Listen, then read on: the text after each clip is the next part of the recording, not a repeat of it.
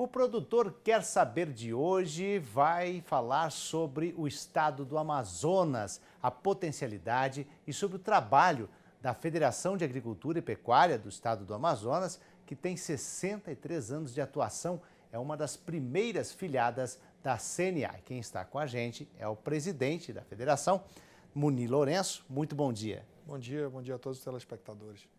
Primeiramente, vamos falar um pouco sobre as potencialidades, o potencial da agropecuária no estado do Amazonas.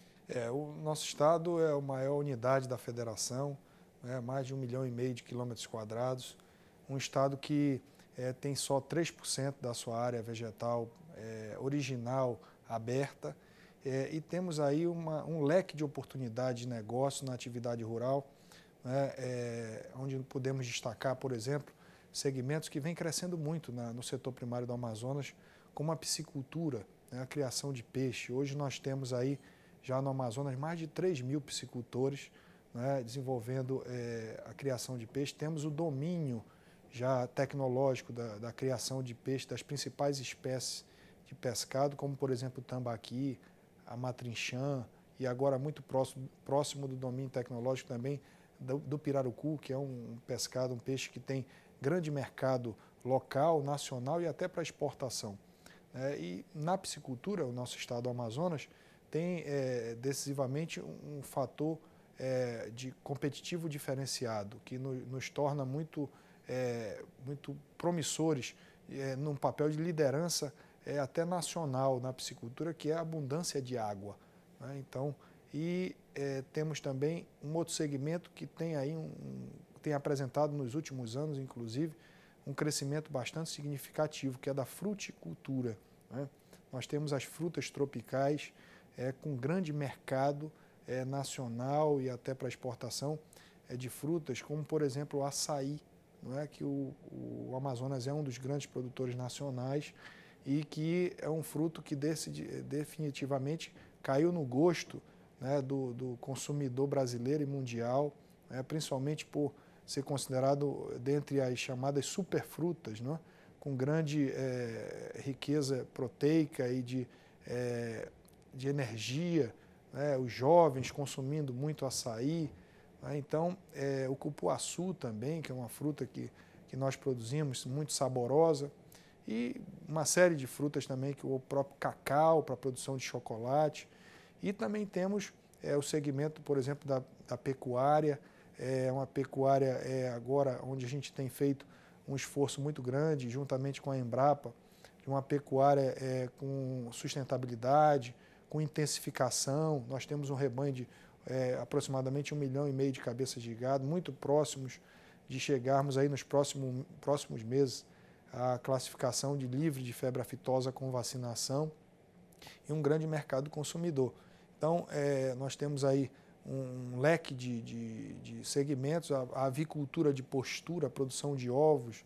Nós temos aí só no entorno de Manaus um grande polo de produção de ovos, com aproximadamente 300 granjas, e gerando quase 3.000 empregos diretos, produzindo mais de 1,5 milhão de caixas de ovos todos os anos e com uma receita de quase 20 milhões de reais ano.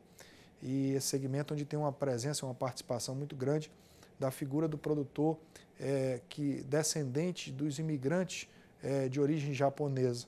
Em todos esses segmentos, a atuação da nossa federação foi decisiva, determinante, para que esses segmentos pudessem estar num contexto de consolidação e de uma perspectiva de crescimento da atividade rural. Hoje a atividade rural no Amazonas, segundo dados do IBGE, os mais recentes, que são de 2014, envolve um contingente significativo de quase 300 mil pessoas, que vivem da atividade da agricultura, da pecuária, do extrativismo, da pesca.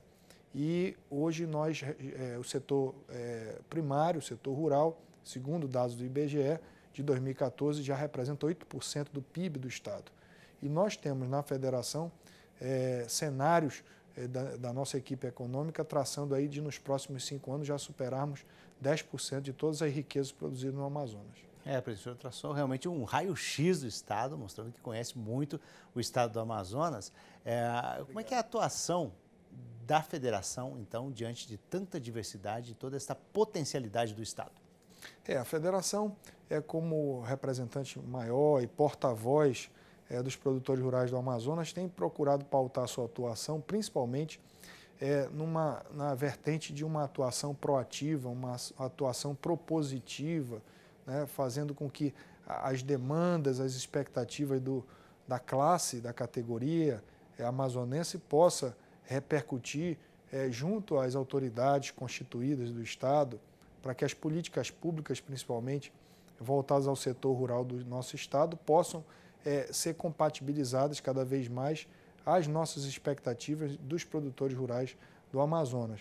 E nós temos aí vários exemplos de atuações bem-sucedidas da federação, melhorando o contexto econômico, social, para esses milhares de produtores rurais amazonenses que cada vez mais depositam na nossa federação a confiança, a credibilidade, a expectativa de dias melhores. E sempre a nossa federação procurando pautar dentro do nosso sistema num alinhamento junto à CNA, que é a nossa entidade máxima nacional, para que nós possamos contribuir e estarmos em permanente conjugação de esforços e de pensamentos e de visões dos cenários nacionais e estaduais, para que a gente possa desenvolver da melhor maneira possível esse papel tão importante enquanto entidade de classe. Agora, presidente, vamos falar de algumas situações pontuais no cenário atual. Primeiramente, a questão do preço do leite. Preocupa? Preocupa muito, nós temos acompanhado isso muito próximo. A federação, dado o crescimento da produção de leite no Amazonas, tem se preocupado. Promovemos, inclusive, uma reunião, uma grande assembleia com presença de produtores de leite de vários municípios no Amazonas e de proprietários de laticínios, né, para que a gente possa debater, e foi muito rica o debate, e porque o que a gente está querendo se antecipar é evitar o que alguns estados brasileiros, nós temos acompanhado pela imprensa, já vinham ocorrendo.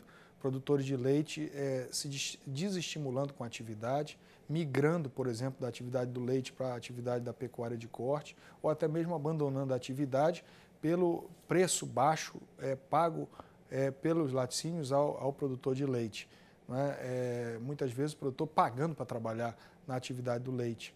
E a gente percebe que, se de um lado o preço do leite para o produtor fica aquém do custo de produção, muitas vezes você tem um preço pago pelo consumidor na cidade, um preço em elevação do litro do leite.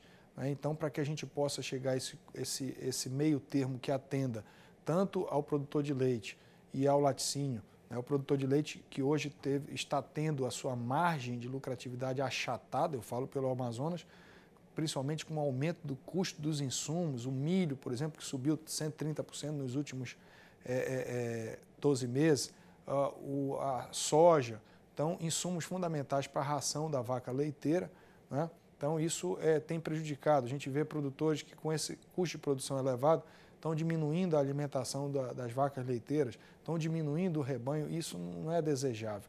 Então a gente decidimos nessa reunião, nesse mês, criarmos no Amazonas o Conselleite, que é um instrumento que já vem tendo sucesso em vários estados brasileiros, onde você vai ter um conselho paritário com produtores de laticínios, estabelecendo um preço de referência.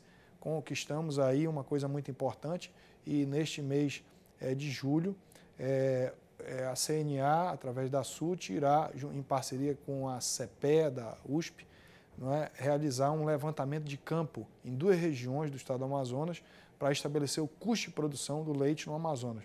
Na região de Altaz, que é o maior produtor de leite do estado, e na região do sul do Amazonas, em Apuí, fronteira com Rondônia e Mato Grosso.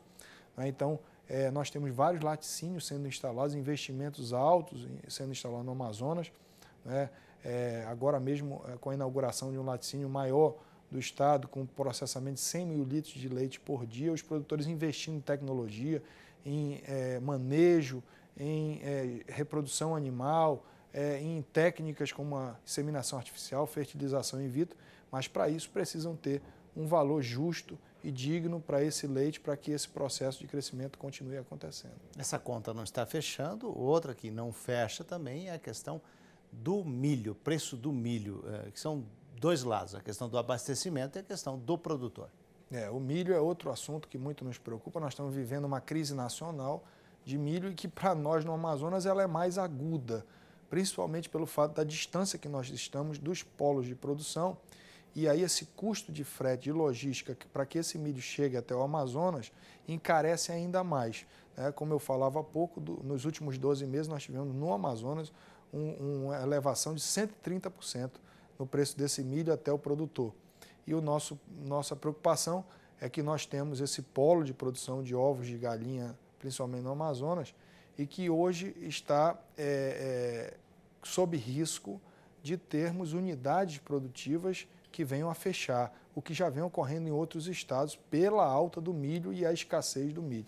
Então nós estamos muito preocupados, fizemos uma grande assembleia também na federação com os produtores que demandam milho para o seu processo produtivo e tivemos um encontro recentemente com o ministro Blairo Maggi, que é investidor no Amazonas, possui, por exemplo, o Grupo Maggi, um empreendimento de terminal graneleiro em Itacoatiara, e nós levamos o pleito para o ministro Maggi de, por exemplo, aumento das transferências de milho, de quantidade de milho para o programa de venda em balcão da Conab, para que o Amazonas seja atendido, o aumento do limite de compra mensal dos produtores direto da Conab, e também a nível estadual estamos com pleito para que o governo do estado, com base nas pesquisas da Embrapa, que comprova a viabilidade da produção de milho no Amazonas, para que nós tenhamos um grande programa de fomento à produção de milho, para que o Amazonas dependa menos